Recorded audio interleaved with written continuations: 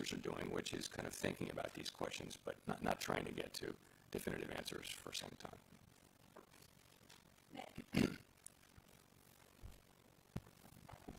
Nick Timrose of the Wall Street Journal. Chair Powell, to make sure I understand, participant to 2.6. Let me find these numbers.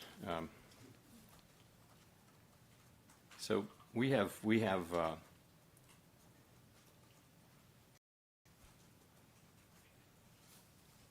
inflation coming down, core inflation coming down to 2.5 next year. That'd be significant progress. You see a slower path. I think that does take on board that we want to see real progress, but we'd be seeing meaningful progress to get inflation down to that level. That wouldn't be all the way to 2%, but it would be better than this year. This year will be 2.8 or 2.9. That would be meaningful. We also have to think about the labor market, and while we have the labor market forecast as being in good shape, we are also mindful that it is still out there very gradually cooling, so far in an orderly, gradual way. But it's also something we need to keep our eye on. I guess if I could follow up, if somebody looked at these projections and also the insertion of the extent and timing language in the statement, which has been used at times in the past when the committee thinks maybe it's going to be on hold for a while, and they said, gee, this looks like it could be the last rate cut for some time, would they be mistaken to infer that? So that's not any decision that we made at all. Let me explain extent and timing. So the sense of that wording is to make clear that if the economy does evolve about as anticipated, we're at a point at which it would be appropriate to slow the pace of rate cuts. So extent, that just relates to how much further we can reduce our policy rate consistent with getting to a neutral stance. Clearly that distance has shrunk by 100 basis points. So it's significantly smaller. So that's the extent question. And we're going to be looking for further progress on inflation as well as a strong labor market to make those cuts. Timing just suggests, again, that we're at a place where we assuming the economy develops as expected, we're at or near a level that will make it appropriate to slow the pace of adjustment. So that's what we mean by that. We're not trying to make decisions about the longer run. We're trying to make sensible policy as we go. And I would emphasize the uncertainty, which is it's just a function of the fact that we expect significant policy changes. There's nothing really unusual about that. I think we need to see what they are and see what the effects they will have. We'll have a much clearer picture, I think, when that happens. Mike. Michael McKee from Bloomberg Radio and Television. Even though you've cut rates by 100 basis points this year, we haven't seen much change in mortgages, auto loan rates, or credit card rates. You say you're significantly restrictive. Are you running a risk that the markets are fighting against you and the economy could be more at risk of a slowdown than you anticipate? So the rates that you talked about are really longer run rates, and they are affected to some extent by Fed policy, but they're also affected by many other things. And longer rates have actually gone up quite a bit since September, as you well know, and those are the things that drive, for example, mortgage rates more than short-term rates do. So we look at that, but we look at all financial conditions, and then we look at what's happening in the economy. So what we see happening in the economy, again, is most forecasters have been calling for a slowdown in growth for a very long time, and it keeps not happening.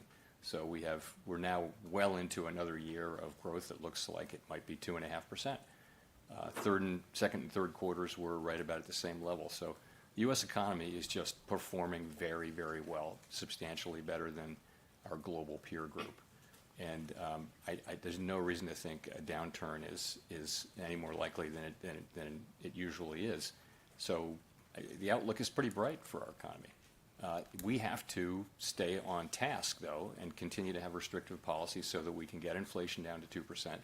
We're also going to be looking out for the labor market. We want to keep the labor market pretty close to where it is. We're pretty close to estimates of the natural rate of unemployment. Job creation is a little below the level that would keep it there, but nonetheless close. And so that's what our policy is trying to achieve.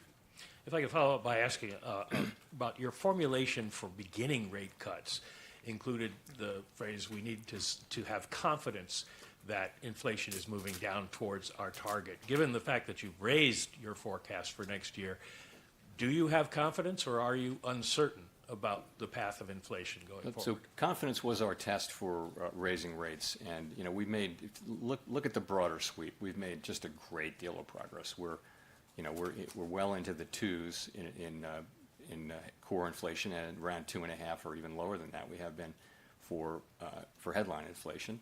So I would say I'm confident that inflation has come down a great deal, and I'm confident in the story about why it's come down and why that portends well. And I'll tell you why. Again, you do see with housing services inflation, which is one that we've really worried about, it really has come down now quite steadily at a slower pace than we thought 2 years ago, but it's nonetheless steadily coming down as market rents start to equilibrate better with new leases that turn over. Not new tenants, but new leases. Market rents is new leases.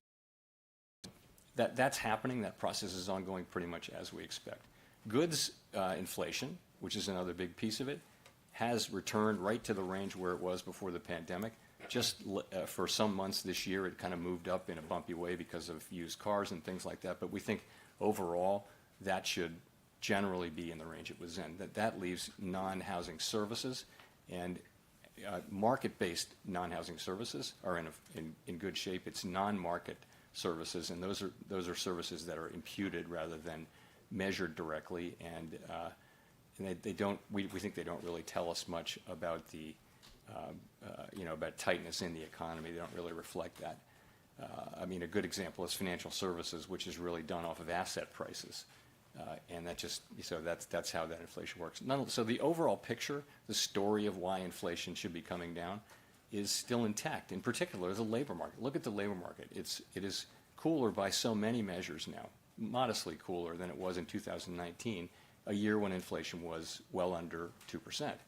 So it's not a source of inflationary pressures. Not to say there aren't regional and particular professions where labor is tight. But overall, you're not getting inflationary impulses of any significance from the labor market. So what's the story? The story is still just we're unwinding from these large shocks that the economy got in 2021 and 22 in, for example, housing services, and now also in insurance in particular, where costs went up, and those are now being reflected later in housing insurance. It's real inflation, but it doesn't portend persistently high inflation. So we and most other forecasters still feel that we're on track to get down to 2%. It might take another year or two from here, but I'm confident that that's the path we're on, and our policy will do everything it can to assure that that is the case. Colby.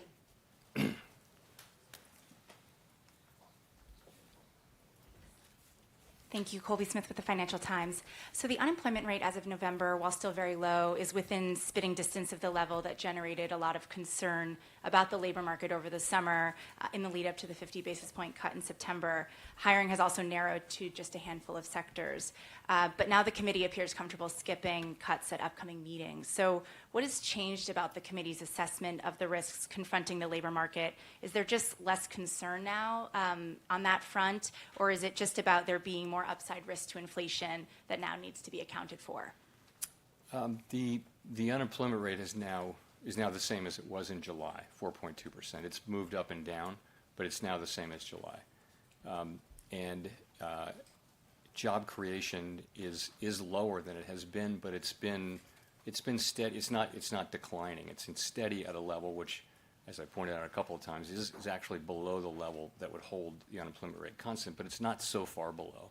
So you might if we have the break-even level right, and if job creation continues at that level in the establishment survey, then you would get a tenth maybe every other month kind of thing. So gradually declining. We don't have that kind of precision in this. So but you're right, though, and I read out some of the reasons. We do think the labor market is still cooling by many measures, and we're watching that closely. It's not cooling in a quick or in a way that really raises concerns. I think you pointed out participants in the FOMC really thought that the risks and uncertainty had improved relative to the labor market. And it's because things have just gotten a little bit better. It doesn't, the unemployment rate flat and things like that. Nonetheless, we're watching it closely.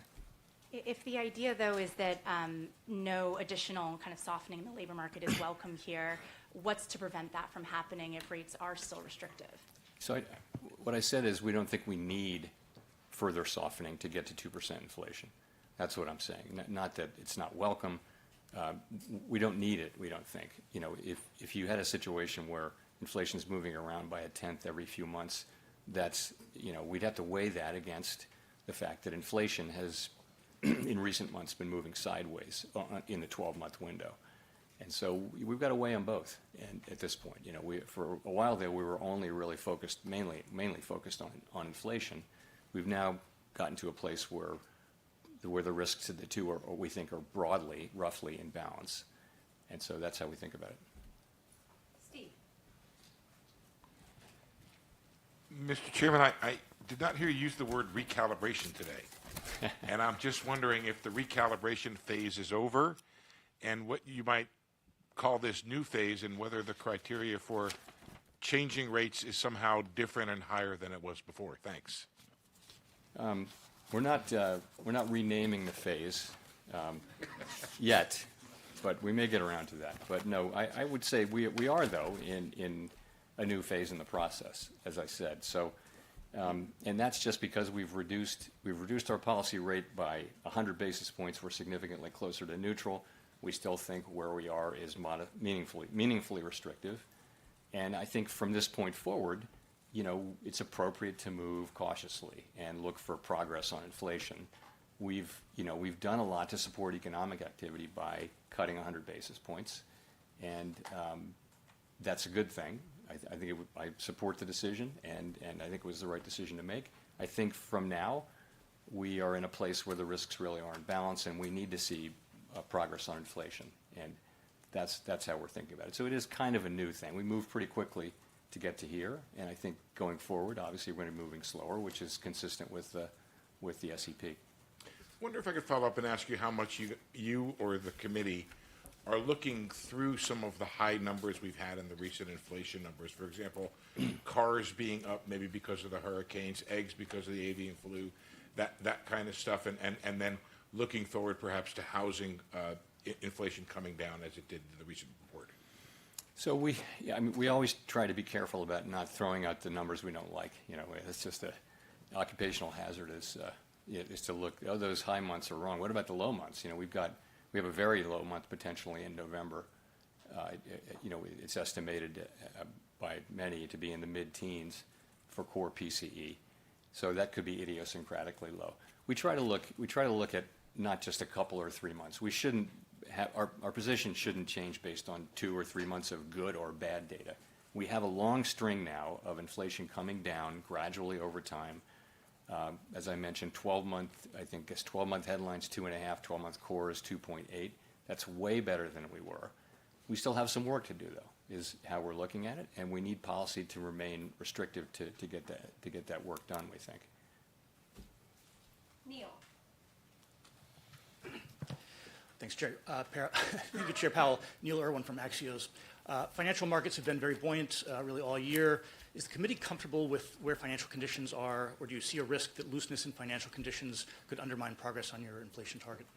So we do look carefully at financial conditions, of course. That's part of what we do. But, we really look carefully at is the performance of our goal variables and how are we affecting the economy. So what we've seen over the course of, just take the last year, we've seen inflation, over the last couple of years, come down a lot. We've seen the labor market cool off quite a bit. That suggests that our policy is restrictive.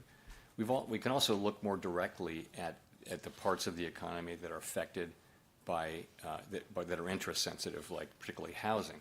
Housing activity is very low, and that's partly significantly because of our policy. So we think our policy is working, it's transmitting, and it's having the effects on our goal variables that we would want. A lot of things move financial conditions around, as you know, and we don't really control those. But I'd say we see the effects we're hoping to see on the goal variables and the places where we'd expect to see it. So if I may, speaking of assets that have been buoyant. Do you see any value or benefit in the U.S. government building a reserve of Bitcoin? So, you know, we're not allowed to own Bitcoin. The Federal Reserve Act says what we can own, and we're not looking for a law change. That's the kind of thing for Congress to consider, but we are not looking for a law change at the Fed. Andrew. Happy holidays, Mr. Chairman. Thanks for taking our questions. I was wondering if you are satisfied with the way 2024 is ending, if you're confident that we've avoided the recession that forecasters were predicting as inevitable a couple years ago. I think it's pretty clear we've avoided a recession. I think growth this year has been solid. It really has.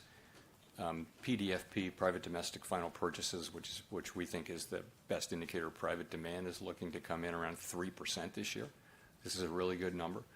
Again, the U.S. economy has just been remarkable, and it's when in these international meetings that I attend, this has been the story, is that how well the U.S. is doing. If you look around the world, there's just a lot of slow growth and continuous struggle with inflation. I feel very good about where the economy is and the performance of the economy, and we want to keep that going. The other thing I just wanted to ask about was you guys have noted that the unemployment rate is still low. However, employment rates have fallen rather quickly. The prime age employment rate has fell by about half a percent rather recently. The question, I guess, is do you think there's maybe more downside momentum in the labor market than the unemployment rate alone is signaling? I don't think so, no. I think overall, if you look at it, prime age participation is still very high. What's going on in the labor market is that the hiring rate is low. So if you have a job, you're doing very well, and layoffs are very low, right? So people are not losing their jobs in large numbers, unusually large numbers. If you are looking for a job, though, the hiring rate is low, and that's a signal of lower demand. It has come down. So we look for signs like that, and that's clearly a sign of softening, further softening. I didn't mention it earlier, but I think you can see an ongoing gradual softening in the labor market. Again, not something we need to see to get 2% inflation, and you know that's part of the reason that explains why we moved ahead today with the action with an additional cut. So, but you take a step back, the level of unemployment is very low. Again, participation is high. Wages are at a healthy and ever more sustainable level, wage growth. And so the labor market, this is a good labor market, and you know we want to keep it that way.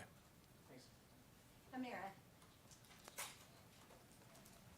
Thank you. Amara Mokoy from Bloomberg News. I just want to put a finer point on the labor market. Can you keep the labor market this way, in the strong position that you have described, without further cuts? In other words, do you still view the labor market as needing support to protect against a further cooling? You know, we can't know that with any tremendous certainty. I will say that we think that our policy balances the risks. We think the risks are roughly in balance as between the two mandates, and we think the labor market is in solid shape. And when I say it's softening or cooling, it's a very gradual process. You know, job creations are meaningfully positive. Wages are, you know, if anything, still a bit above what would be sustainable if productivity were to revert to its longer run trend. If you take into account the high productivity readings we've had, then wages are already at a sustainable level relative to 2% inflation. So I don't want to overstate the downside in the labor market, because the downsides clearly appear to have diminished. Nonetheless, it's one of our mandate goals, and you know we pay close attention to it, and it's worth noting that it is still gradually cooling, gradually and in an orderly way, and you know that's how I would characterize it, and that's why we're paying careful attention. Elizabeth. Thanks so much, Chair Powell. Elizabeth Schulze from ABC News. As you've noted, the Fed is now forecasting higher inflation next year. High prices are still a burden for so many households right now. Why do you think it is that inflation is proving to be more stubborn than you'd expected? You know, it breaks down into a long answer if you want, but it just has been a little bit more stubborn. I think if you go back 2 or 3 years, many people were saying that to get this far down, we would have had to have had a deep recession and, high unemployment by now. Well, that has not been the case. So, the path down has actually been much better than many predicted. We've managed to have the unemployment rate remain essentially at its longer run natural rate, while inflation has come down from, core PCE inflation has come down from 5.6% to 2.8% on a 12-month basis. So that's a pretty good outcome. Why hasn't it come down? One reason is that just a technical issue around the way we calculate housing services, and that process has been slower than market rents are showing up more slowly in that measure than we might have thought 2 years ago. So that's part of it. I think there are other parts of the story, but what I think people are feeling right now is the effect of high prices, not high inflation. So we understand very well that prices went up by a great deal, and people really feel that. And it's prices of food and transportation and heating your home and things like that. So there's tremendous pain in that burst of inflation that was very global. This was everywhere in all the advanced economies at the same time. So now we have inflation itself is way down, but people are still feeling high prices. And that is really what people are feeling. The best we can do for them, and that's who we work for, is to get inflation back down to its target and keep it there so that people are earning, big real wage increases so that their wages are going up, their compensation is going up faster than inflation year upon year upon year, and that's what will restore people's good feeling about the economy. That's what it will take, and that's what we're aiming for. And as we look ahead to next year, what do you see as the biggest challenge to the economy under the next administration? I feel very good about where the economy is. Honestly, I'm very optimistic about the economy, and we're in a really good place. Our policy's in a really good place. I expect another good year next year. Edward. Thanks, Chair Powell, for doing the questions. Edward Lawrence from Fox Business. So you say that we're closer to the neutral rate. What percent do you see and the committee believes? Where is that neutral rate? So I'll say a couple things. First of all, when we write, the thing we write down in the summary of economic projections is the longer run neutral rate, which is the neutral rate at a time when supply and demand are in balance, the full economy is in balance, and no shocks are hitting the economy. That is not where we are right now. So when we're making monetary policy at the Fed, that's not the question we're asking. So you can't do a straight read between those longer run numbers that we write down and what we think the appropriate policy should be. So basically, at any given time, various shocks are hitting the economy. And so what we're doing in real time is we're looking at our policy stance and we're looking at the way it's hitting the economy. And particularly, we look at the effects it's having as we try to move the economy toward maximum employment and price stability. And the answer can be, there are things that affect the economy that are lasting but not permanent. And the ones that are permanent are the ones that would be in our star. The ones that could be lasting but nonetheless go away over time, they could actually affect what's sort of technically the appropriate neutral stance in near term. So we're looking at that, and we don't know exactly where it is, but as I like to say, we know it by its works. And I think what we know for sure is that we're 100 basis points closer to it right now. There are many estimates of where that might be, and we know we're a lot closer to it. And I think we're in a good place, but I think from here, it's a new phase, and we're going to be, cautious about further cuts. But I think that the markets are looking for a little more clarity. I mean, I've heard estimates from 2.9% to 4%. I think the markets would like to see a little more clarity about a year out, 18 months out, as to where that goalpost, for lack of a better term, is, because at the moment it looks big. Yeah, I mean, honestly, there are countless models of what a neutral rate might be at any given time. There are empirical models, there are theoretical models, there are things that combine them, and they have as many different answers as you'd like.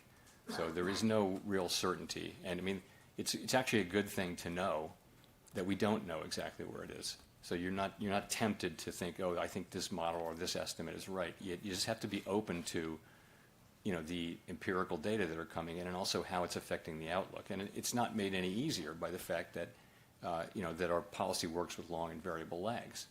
Nonetheless, that is the job we have, and so I think it's appropriate for us now to proceed cautiously, now that we're 100 basis points closer to neutral, and we'll do so. Meanwhile, the economy seems to be in good shape, and these cuts will certainly help to support economic activity and the labor market, while we can still make progress on inflation because policy is still meaningfully restrictive. Victoria. Hi, Victoria Guida with Politico. I just wanted to make sure I understood what you were saying at the beginning about inflation. Are you saying that progress on core PCE counts as progress on inflation, even if headline inflation ticks up? And then also, since that's what's projected in the SEP, I was wondering, what accounts for that? Why do you all see core PCE going down and potentially headline inflation ticking up?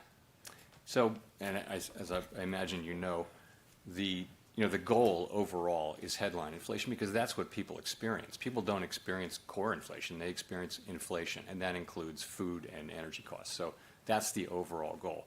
But, as we know, headline inflation contains energy and food, and those prices can fluctuate for reasons that are not related to tightness in the economy and therefore are not really good predictors of future inflation. So it turns out that core inflation is a better predictor of overall inflation than overall inflation is. So we look at core inflation because it's a better measure of what future inflation is likely to be because it's a better measure of what inflation pressures exist. So it's complicated, but ultimately our goal is headline, not core. So your second question was what? Why do you all see core going down but headline potentially ticking up? So headline can be affected, you're talking about next year. Mm-hmm. Yeah, so headline it can be affected by energy prices and food prices. So that there will be things in the headline forecast that are to do with forecasts of energy prices, whereas core will be, if you look at core going out a full year, then it'll be much more driven by things like tightness in the economy. So that's why the two can go in different directions.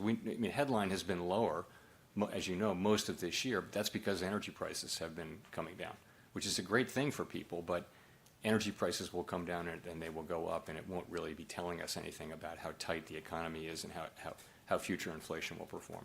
Do geopolitical risks factor in at all to how you're thinking about energy So prices? we monitor geopolitical risks really quickly, but really carefully rather. But I would say so far those risks nothing has come out of those risks that has really been important for the United States economy. The single thing that you would look to is the price of oil, given that we're talking about the Middle East and Ukraine, but that is a good summary statistic for the kind of thing that could go wrong with global turmoil. But the price of oil has been coming down, and because of global supply conditions. So the U.S. is not feeling really the effects of geopolitical turmoil, but we are certainly at a time of elevated geopolitical turmoil, and it remains a risk. Thanks, Chair Powell. Kelly O'Grady from CBS News. I want to go back to something that you said a minute ago, that wage growth is outpacing inflation now. It wasn't the case for some time, of course. It's partly why Americans haven't felt much relief in their wallets from prices yet. But with inflation ticking up, how worried are you the progress in closing that gap could go away? Yeah, so inflation, again, we don't overreact to a couple of months of higher readings or a couple of months of lower readings. And what we had was we had 4 months of really nice readings, and then September and October were higher, but then November is much lower. So I don't really think the public is experiencing that as a surprising upside risk to inflation. I think inflation is much lower. What the public is feeling, and they're right about it, is that prices are just, the price level went up because of the past inflation, and it's going to take some time for real wages to recover over a period of years in which your real compensation is growing. And in other words, your compensation is growing meaningfully faster than inflation. That's exactly the kind of economy we have now. And we just want to hold on to it. That process will probably take some years, but that's what's going on right now. And I don't think that a couple of months of higher inflation really signal that anything of the nature you're suggesting. And just one follow-up. Let's look more long-term. You previously predicted hitting the 2% inflation target in 2026. It's now been pushed out to 2027. You said you're focused on enabling further progress on inflation. That's not necessarily progress in the right direction. Are you confident that target isn't going to move further out? We're talking about when you're projecting the economy, 3 years out, 2 years out, you're talking about high uncertainty, very high uncertainty. We really, at that point, it's not possible to confidently predict where the economy is going to be in 3 years. So what we're doing is we're looking at what's happening now. We're kind of projecting that the same kinds of things are happening. So we keep a strong labor market. Housing services inflation comes down. Goods inflation settles down, and non-market services return to their prior level. All of those things should happen over time, and those pieces come together. There's every reason to think that they will. The timing of it is highly uncertain. But you're not wrong though that it's been a bit frustrating because while we've made progress, it has been slower than we had hoped. Nonetheless, we're still on track, and I think if 2 years ago you'd said we were at 4.2% unemployment and 2.8% inflation, people would say, "I'll take that." I mean, that's a pretty good interim place to be. Job's not done, but I think we're feeling good about where we are and where we're headed. Go to Nancy for the last question. Hi, Chair Powell, Nancy Marshall-Genzer from Marketplace. You said a couple times inflation has been moving sideways, appears to be settling in around, 2.5%.